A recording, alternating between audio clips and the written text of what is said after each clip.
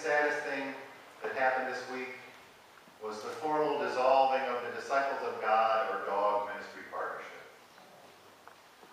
After 2 weeks of discerning and heart-wrenching searching, it grieves my soul to report that D.O.G. as a formal ministry has ended.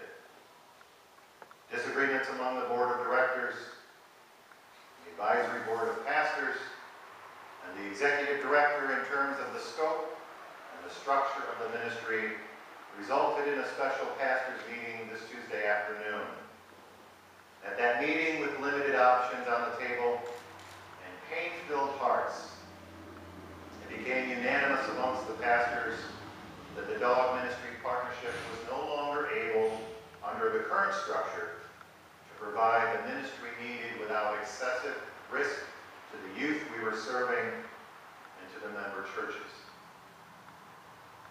I left that meeting feeling a little dazed and extremely disappointed. At that point, the pastors contacted their respective board members and made them aware of the pastors' meeting results.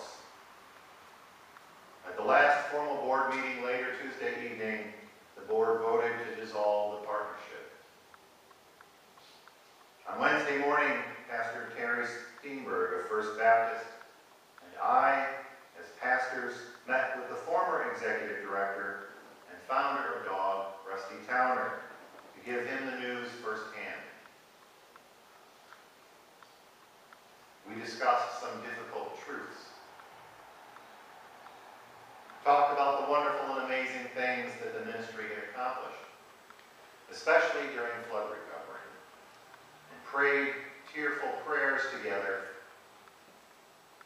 about lost dreams and broken plans. We all left that meeting feeling like failures, wondering what more we could have done, wondering how much God was disappointed in us, and especially wondering how the youth we were serving and their families would hear these news. Time will tell on that one. I can tell you that there are many who are involved with the D.O.G. ministry partnership who are feeling depressed and defeated right now. So many plans have been made, so many opportunities for Christian unity and true missionary work presented themselves right in our own backyard. Now we're not left with nothing to do but to dream about what it could have been and to deeply discern where mistakes were made and how we would do things differently if we had the chance again. In a small way, the dissolving of D.O.G. is a relief. There was so much tension and so much disagreement and disappointment about the structure and function of the ministry. We all, and especially Rusty, found out what it's like to live life under a microscope, in a fishbowl, with destructive rumors and accusations flying daily. There were some real problems too. Boy, were there some real problems. And in the end, the risks for the kids were too high. We made lots of plans for D.O.G. I made lots of plans for D.O.G. But in the end, life happened. For the youth we sought to serve, nothing has changed. They still need the stability and the faith and the love of our church communities that we have to offer. This was an ending for the D.O.G. ministry partnership, but the needs of our youth continue, and God still calls on us to fill those needs. One door is closed, and God will open another one, and we as faithful Christians are called to walk through that door. As I said in a sermon a year ago when I first embraced the ministry partnership, ministry to these youth and to their families is and will always be risky. For some of us, it's hard to imagine living a home life like one of these kids lives daily, a home life for which they are not responsible. God is still calling us to minister here. God calls us not to do those things that are safe. God sends us not to those who live in a perfect world. God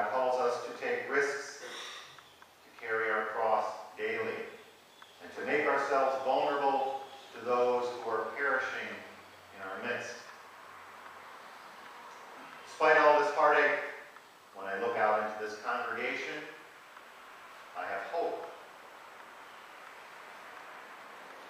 I've heard the concern and the love you have given so freely to the youth who were served by D.O.G. I've heard firsthand the positive things the youth say about us, how welcome they feel, how important they feel, how at home they feel here. Thank you. No matter what name they come here under, our love for those youth will not change. Ministry partnership or no ministry partnership, these are our kids now, more than ever, mine and yours.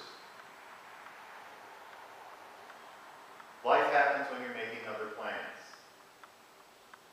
The saying is true of Jesus' ministry in our reading from the Gospel of Mark this morning as well. Jesus is on his way to minister to this seriously ill child of a church leader when plans for his day change abruptly. Now there was a woman who had been suffering from hemorrhages for 12 years. She had endured much under many physicians and had spent all that she had. And she was no better, but rather grew worse. She had heard about Jesus and came up behind him in the crowd and touched his cloak. For she said, "If I but touch his clothes, I will be made well."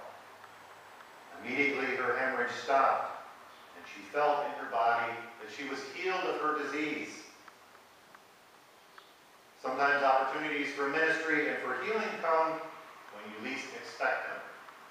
In Jesus' case, literally grabbing him by his cloak. Jesus pauses in the midst of the critical need of the synagogue leader's daughter to acknowledge the immediate need in the midst of the crowd around him. Immediately aware that power had gone forth from him, Jesus turned about in the crowd and said, "Who touched my clothes?" And his disciples said to him, "You see the crowd pressing in on you. How can you say, 'Who touched me?'" But he looked all around to see who had done it. For her part, the woman who seeks out Jesus in the crowd's life has become nothing more than a vain search for healing.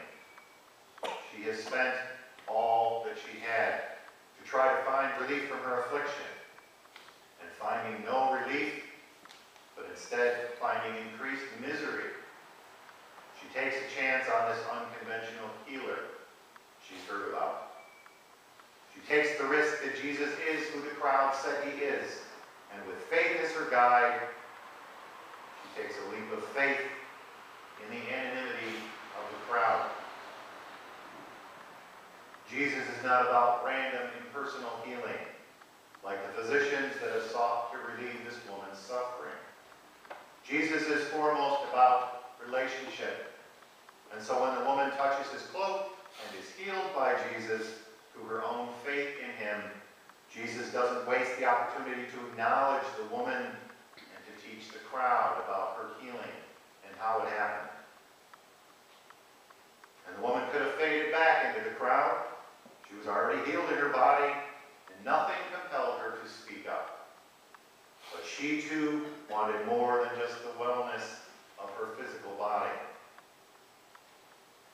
But the woman, knowing what had happened to her, came in fear and trembling, fell down before him and told him the whole truth. Jesus said to her, "Daughter, your faith has made you well. Go in peace and be healed of your disease." At this point, people from the synagogue leader's house arrived with news that during the time that Jesus was distracted by the healing of this woman, the child that needed his healing had died, and that Jesus' services were no longer necessary. But Jesus goes anyway, taking what appears to be a failure caused by a distraction, life happening while he made other plans. Jesus goes to the child anyway. And despite the laughter by the crowd at his insistence that his visit to the girl was not in vain, Jesus stays the course and heals the girl too. Brings her back from the dead.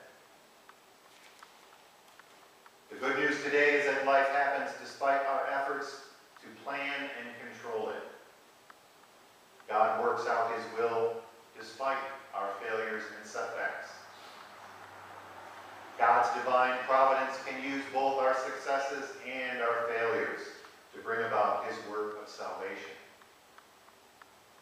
The good news today is that even though the D.O.G ministry partnership has dissolved and appears as though it has failed, God will take our failure and our determination to continue our ministry to the youth of our communities and bring about the healing that Jesus promised, even if it takes more than one try. The good news today is that the only thing that God holds against us are those things that we don't even attempt. God doesn't care if we fail, or even if we fail spectacularly. The only thing God sees as